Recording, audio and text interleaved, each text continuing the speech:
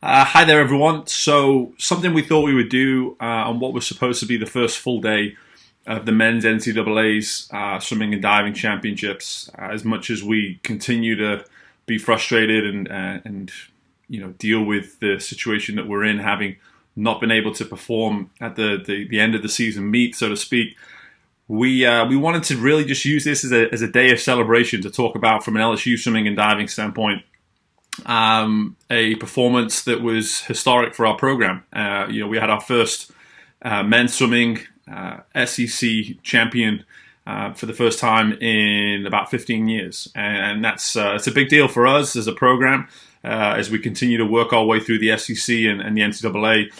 So I wanted to break this swim down for you, and specifically I wanted to talk about the strategic change that we made within the swim from prelims to this swim here in finals, where Brooks was able to get his hand on the wall and bring home that SEC title.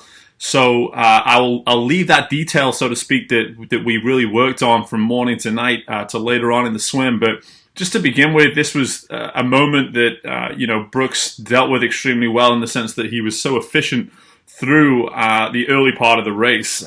So when he hits his first 25 right now off the start, I was really pleased, specifically just with how he actually carried his momentum off the start, something we've been working a lot on the last couple of months. For him to then go through this first 25 and do so in only 10 strokes told me that he was really swimming efficiently. The split at the 25 was good.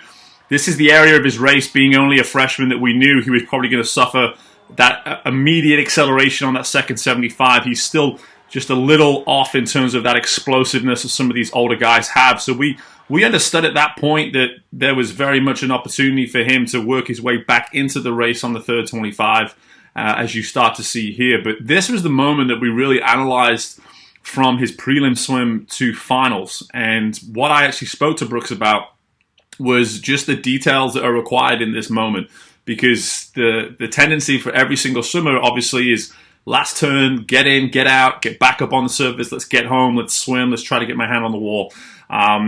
I really stressed composure in this moment to him.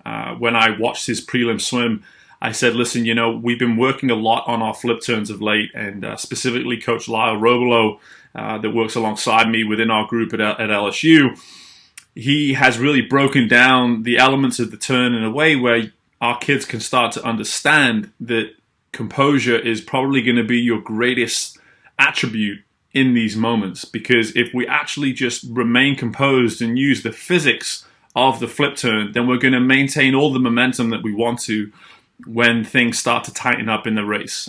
So right here, we are really stressing after our prelim swim, listen, remain big inside these 5 yards. Keep the stroke big, keep the flip turn connected, make sure you're in and out of the wall, but do it in a way where we're not creating any resistance and losing any momentum whatsoever.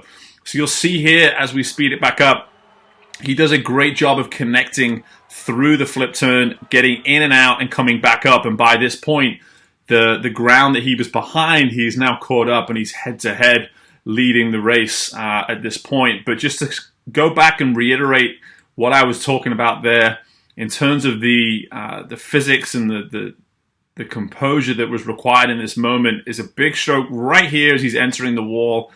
And right as he's going into this turn, you'll see the connection in the head to the chest to the hips is allowing him to get that full sort of 6'5" frame of his around in a way where he's not creating any real resistance. And you see he gets right under his weight, really clean water on the breakout into his stroke. And like I said before, I knew at this point, if he was able to get level and be in contention to win the race with 15 meters left, he had a real good shot. And for it to obviously come down to just 1/100th of a second in the end made it all the more exciting in the moment. But for me, he improved 0.25 from prelims to finals. And that 0.25 for me, I explained to him afterwards, was purely composure in that moment where he could have very easily allowed the situation to be bigger than it needed to be. He remained composed, and he was able to secure that